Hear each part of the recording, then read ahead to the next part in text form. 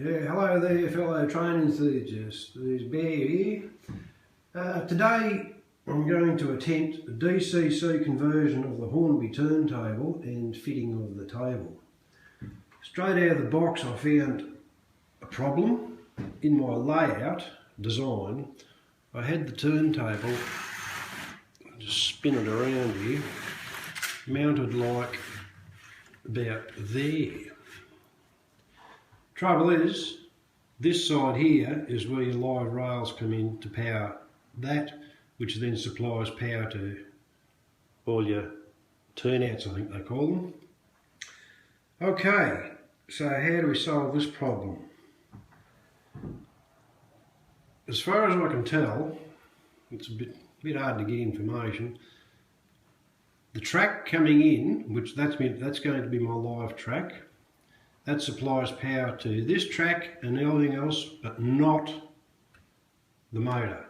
The motor will have I'm fitting a decoder, and it'll be powered from that extra power inlet track thing over there. So they're separate. The Hornby instructions for conversion of a DCC decoder, turntable thing, says remove these little brass contacts here, otherwise as it turns the tracks across will be a dead short.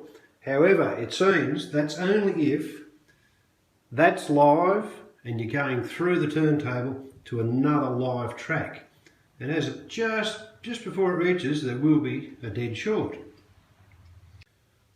Okay, here we go back. I've laid out the turntable. That's how it's going to look in the end. Decided on, yep. This one here is going to be the live feed coming in to do the tracks. I'll just run some wires up to it and also parallel that over to the supply for the motor. Should work, I reckon. Slight issue here, it's just, yeah, we'll have to see if that's going to fit. I may have to trim a bit off end of that track. Yeah, no big deal. Though, my in-feed one, it's nailed down up there. I can lift it up and might just get a tiny bit of movement out of it, a bit of flex, just enough so that clears there. So, now we have to go and fit the decoder, which is really small. It's a good thing I've got my trusty magnifying things, otherwise I wouldn't see a thing. Okay, here we are, ready to go. I've set up my little workbench, overhead light. I couldn't print out the instructions, so I thought I'll do it right in front of the computer screen. My little soldering iron and my snippers and stuff, and let's see how this goes. Right, now the first thing we have to do is take the cover off the gearbox. You go in underneath, look, I can't turn it over with one hand, and push the little tabs out. It should go just like that. How cool is that? Okay. What I might end up doing is leave the decoder sitting inside there. I've cut these off. They go to the decoder one end, and the other end, the big long end, will come from the decoder and run to the track, which will be sitting out here somewhere.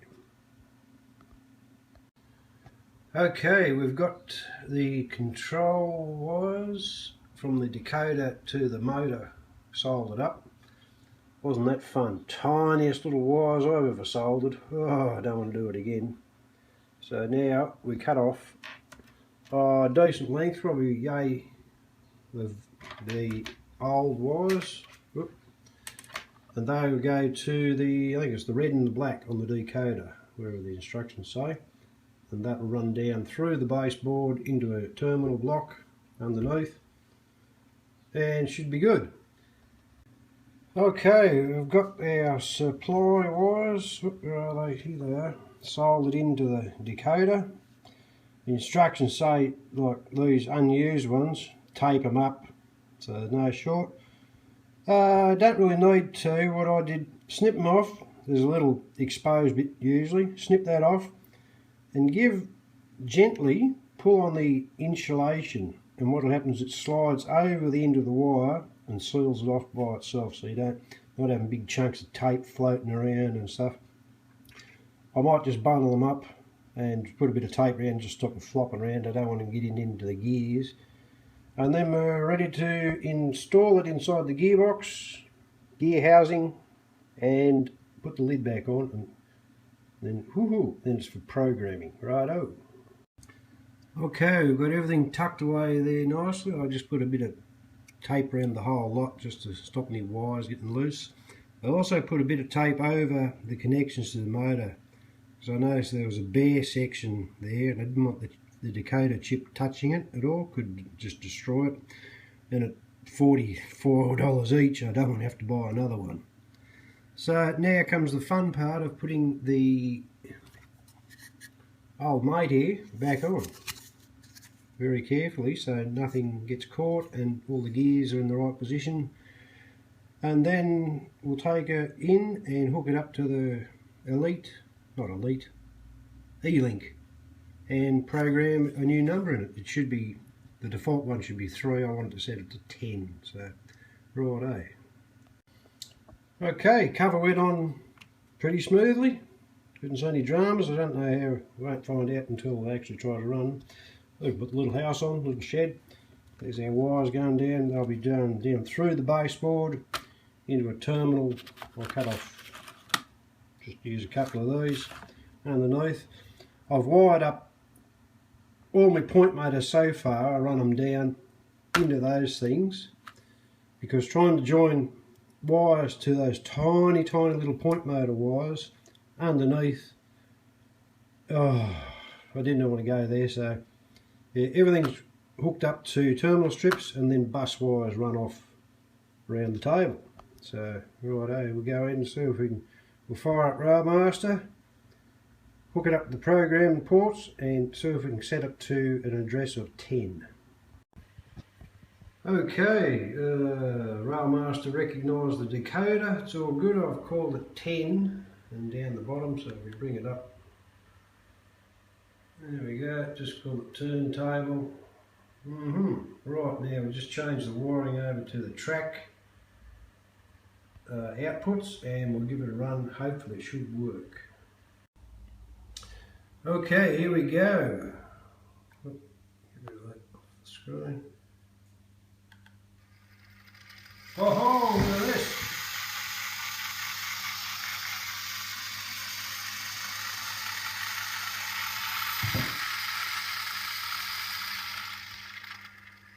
Right, at least it works. Right, that's a good start. Now we need to do a bit of fine tuning with the time, etc. Okay, we'll get into that. Righto, cool. Okay, after a little adventure, I forgot what Brian Hughes said about the instructions being wrong, and had to resolder the connections from the decoder to the motor because it was running backwards. Yeah, all good, did that. Had a major disaster, but a bit of a disaster. I'm using a gas soldering iron, got too close, melted nice little holes there. Not happy, Jan. I was just thinking I'll just get a little shed and sit over that one, and I don't know, I'll think of something for that. It's black, so I can just bog it up and paint it black so you won't see it. And now the next drama is where I've situated it. I marked the holes to drill, didn't I?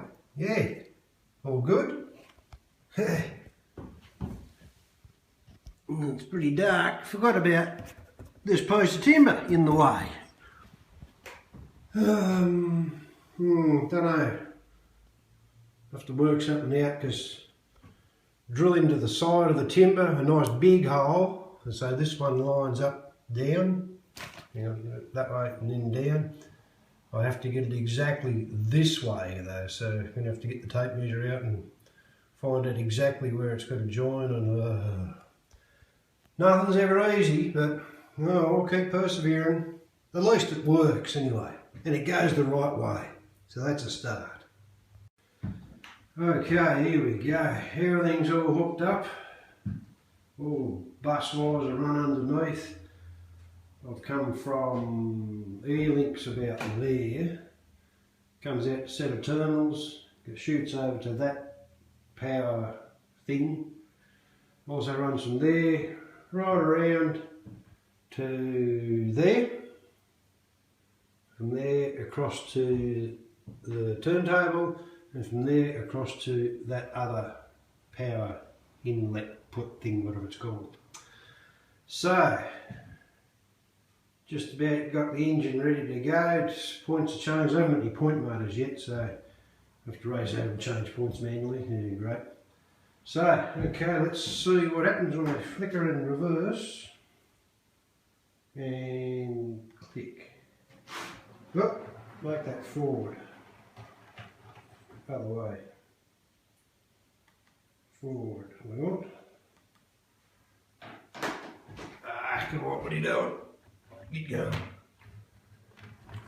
Oh, you've derailed. Ah, how embarrassing. Right, get on there. There we go. Alright, just you'll be ready to stop it. Oop. Don't put your hand in front of the lens, fool. Go round, round, round. It's going, it's going, it's going.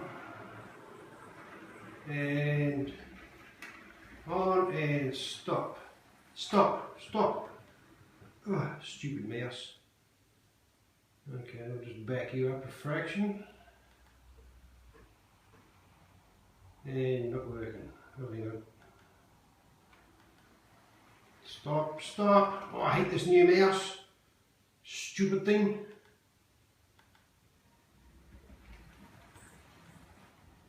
Hey, that looks pretty good. I think we're on all the way. Okay, now let's see. You spin around and go somewhere. Okay.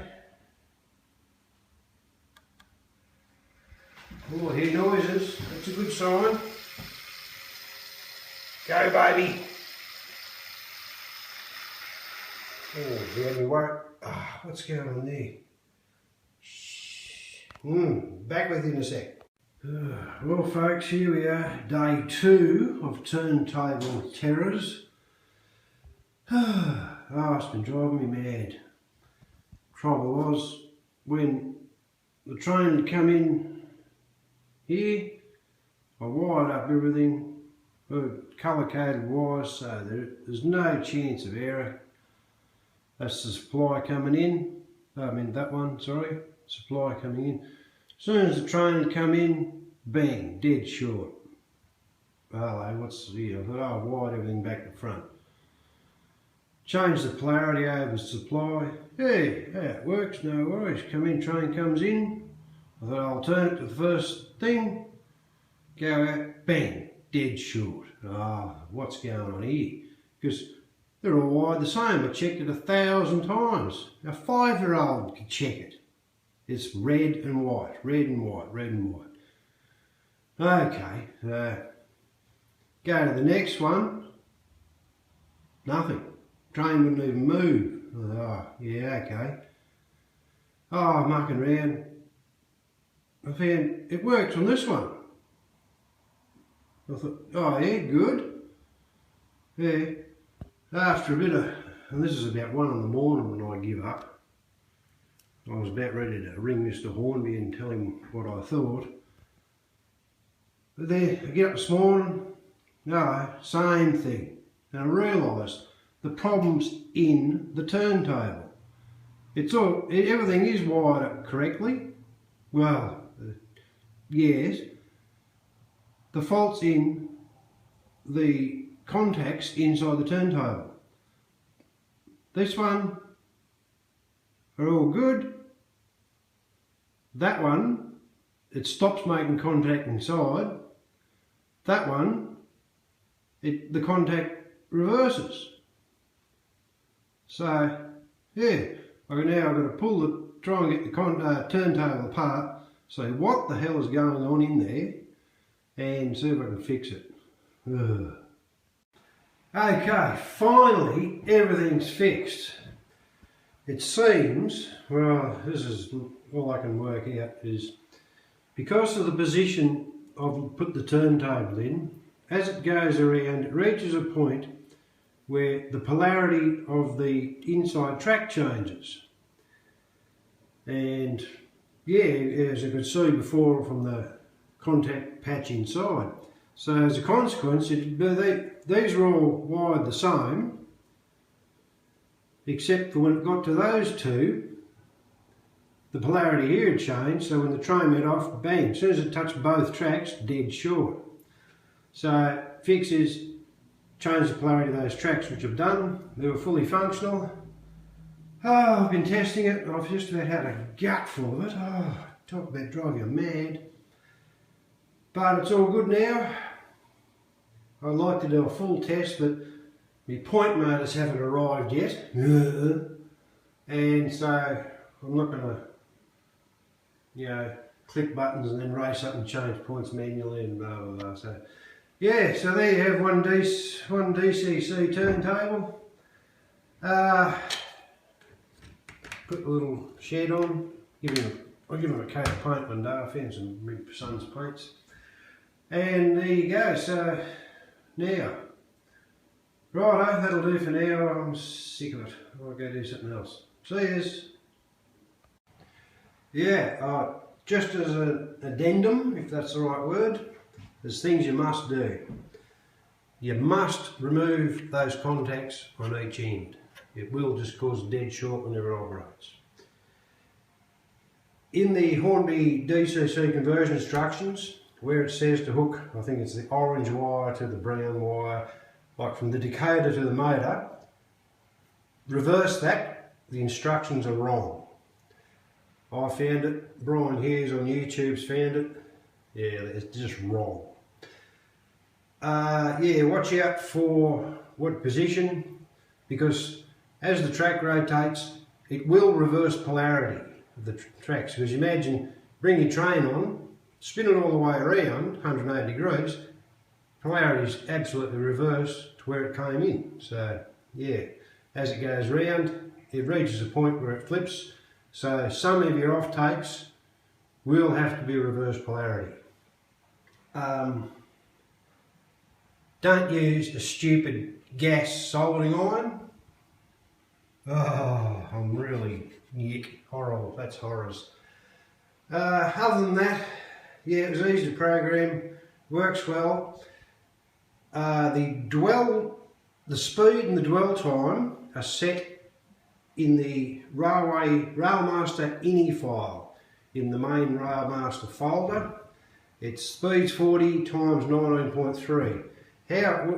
Why it's set for that? Well, speed's, you know, it's a nice speed.